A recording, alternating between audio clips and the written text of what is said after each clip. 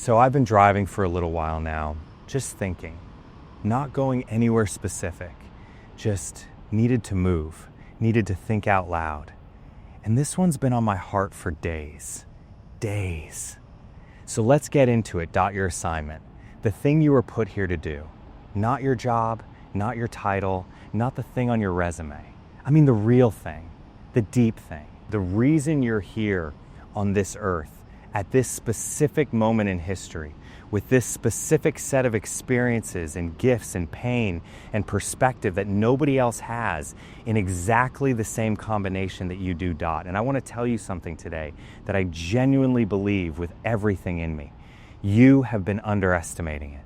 You have been shrinking it down to a size that feels manageable, that feels realistic, that doesn't scare you too much. And I understand why. I do. Because the real size of it is terrifying. The real size of it asks more from you than you feel like you have. But I want to sit with that today because I think it's time. Let me start with something that might sting a little.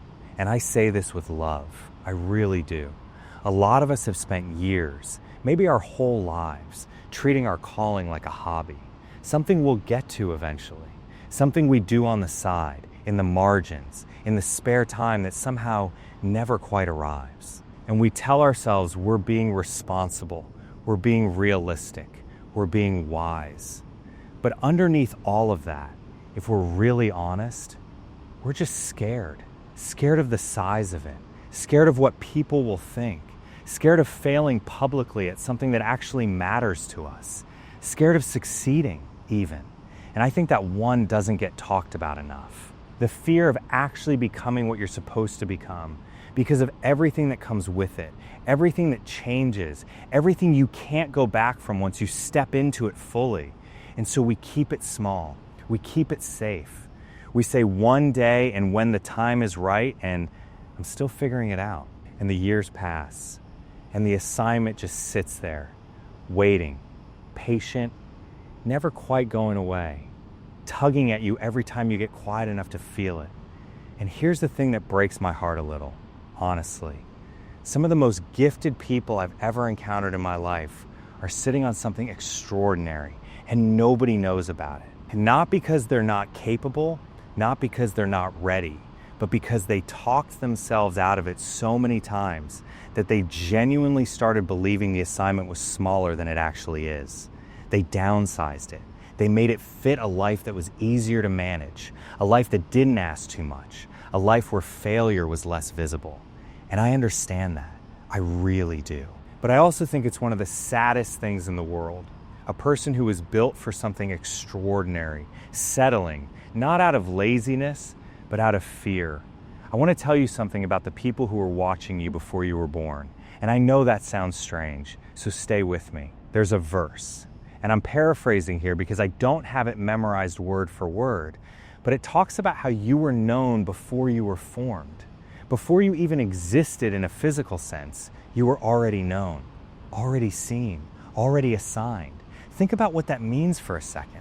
Really think about it. The assignment didn't start when you figured it out. It didn't start when you finally felt ready, or finally got your life together, or finally stopped making mistakes. It started before you were born.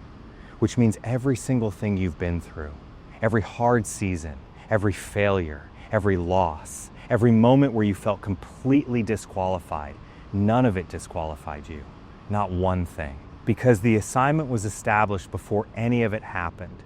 And I think that reframe alone, if you really let it sink in, changes everything.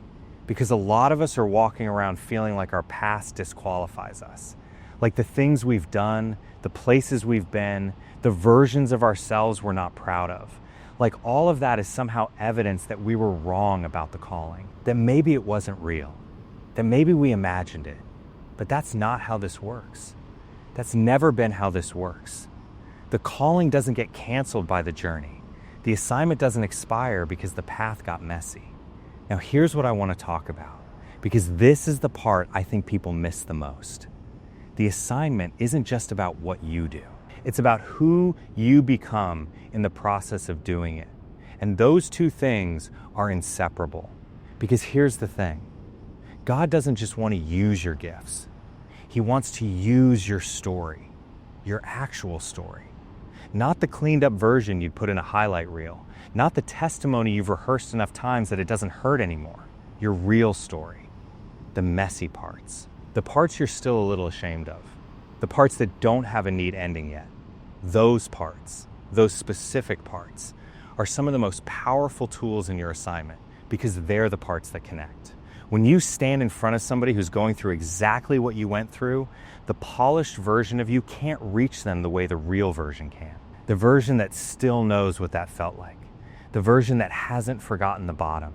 And I think a lot of us are trying to wait until we're fully healed, fully sorted, fully on the other side of everything before we step into our assignment. But that's not how it works. That's not how it works at all. You don't wait until you're perfect. You step in, imperfect, in progress, still figuring it out. And you let that realness be the thing that reaches people. Because people don't connect with perfection. They connect with honesty. They connect with somebody who looks them in the eye and says, I've been where you are, and here's what I know from the other side of it.